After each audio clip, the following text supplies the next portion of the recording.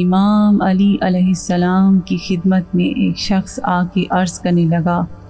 کہ میں ہمیشہ لوگوں کو پہچاننے میں دھوکہ کھاتا ہوں اور اپنا ہی نقصان کر بیٹھتا ہوں۔ مجھے کوئی ایسا عمل، ایسی دعا، ایسا اسم عطا کریں جس سے میں انسانوں کے اصل روپ وقت سے پہلے دیکھ سکوں اور اپنے زندگی کے صحیح فیصلے کر سکوں۔ بس جیسے ہی یہ پوچھا گیا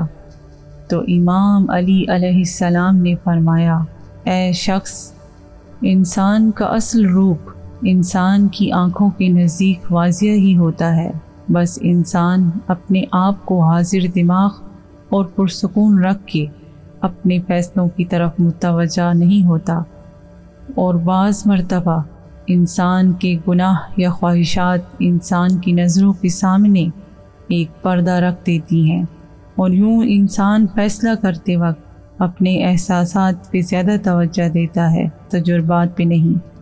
اگر چاہتے ہو کہ فیصلہ کرتے وقت تمہاری آنکھوں کے نزدیک تمہارے احساسات حاوی نہ ہوں